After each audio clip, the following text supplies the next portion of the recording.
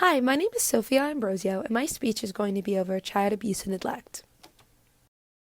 For my speech, I'm going to be addressing rates of child abuse and potential underreporting of child abuse in Ohio, the inadequacies in addressing child abuse and neglect in Ohio during COVID-19, problems that stem from child abuse and neglect, and the solution and barriers to the solution of child abuse and neglect in Ohio.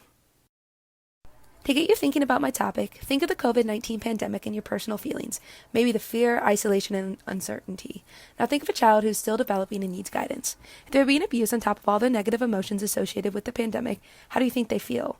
What resources can they turn to? It's a hard topic to think about, but it's the reality of many children's situations.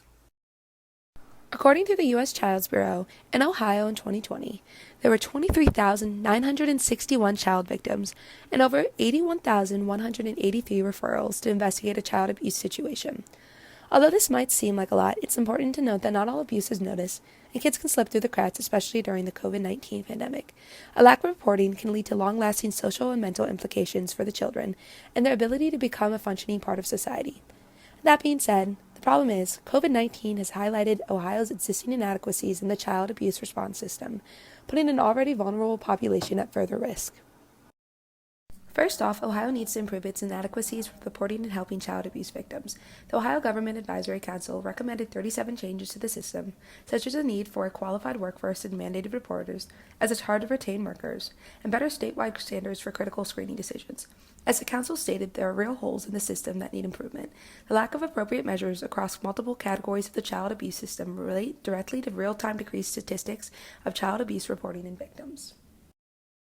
The COVID-19 pandemic has impacted the reported rates of childhood abuse victims. However, that does not mean there's less child abuse. For Ohio, according to the Child's Bureau, the number of child victims dropped from 25,470 in 2019 to 23,691 in 2020, showing the same natural trend of decreasing reports of cases during the pandemic. However, that does not mean the problem has dissipated.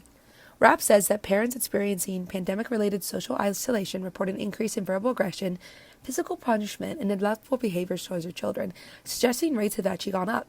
He continues to say falling trends of child maltreatment crime reports during the pandemic is concerning, meaning that many cases may be unfortunately going unnoticed. These gaps in statistics found in Ohio between 2019 and 2020 point to the urgency of the problem of underreporting child abuse in Ohio. In conjunction with lower rates of reporting, there are greater risks both socially and mentally posed to children that cannot be helped. In Columbus, one of the largest school systems in Ohio, 75% of the teachers reported increased concerns of children's mental health, i.e. PTSD, trauma exposure, and suicidal ideation and attempts that coincide with COVID-19, according to Lee.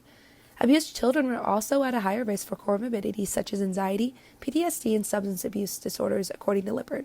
In addition to not only mental risks, child abuse negatively impacts social bonds, according to Watts. Not only are maltreated children going unnoticed during the pandemic, but there are long-lasting mental and social implications.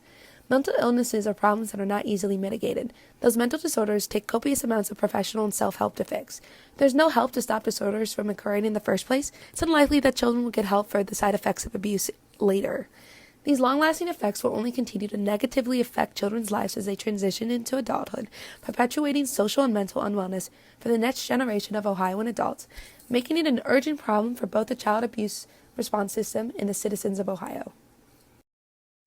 If there's no way to mitigate such problems in the system, there are children who continue to slip through the cracks, and their lives will continue to be negatively impacted.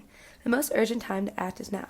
So that being said, my solution is I want people to donate to the Children's Defense Fund of Ohio, otherwise known as CDF. The CDF is a leading child advocacy organization that contains a diverse expert staff that focuses on many areas pertaining to child welfare. All funds go directly to the different branches to help create change for children, and their effects can be far-reaching. In Ohio, they helped launch Ohio's Legislative Children's Caucus, which contains 40 policymakers dedicated to forming child welfare legislation, and they secured over $1 billion for child welfare programs in Ohio. They operate across multiple states, and nationally, they helped pass the landmark Family First Transition and Support Act that improved child welfare across the country. Money donated to their organization not only has set up local programs for children, but has had far-reaching legislative effects both locally and nationally, showing the sheer magnitude of influence and initiative they take when it comes to helping disadvantaged and neglected children. Taking all of this into account makes the CDF the best solution for the child abuse problem in Ohio. Next are the barriers for why one wouldn't donate to the CDF. The first barrier may be that many people are skeptical about nonprofits that ask for money since some can be corrupt. However, as reflected in the statistics on the slide, the CDF is very transparent about the budget, and with such clear-cut statistics, people can be sure that their money isn't being used for illegitimate purposes. Next, the uncertainty of a nonprofit's mission can be unnerving when money is involved. However, the website provides ample information and data reports about their organization and their mission, proving the legitimacy of their work. Lastly, one barrier may be that people don't feel like the problem is relevant or critical, especially if they aren't personally affected. However, as discussed earlier, there are real problems with children suffering from abuse and neglect in the Columbus area, as said by Lee. Realizing the relevance of the child abuse in the Columbus community is vital for helping foster positive change in Columbus and across Ohio. So, in conclusion, donate to the CDF to ensure that neglected and abused kids have support both through laws and community programs to help combat rates of child abuse in Ohio during the COVID-19 pandemic.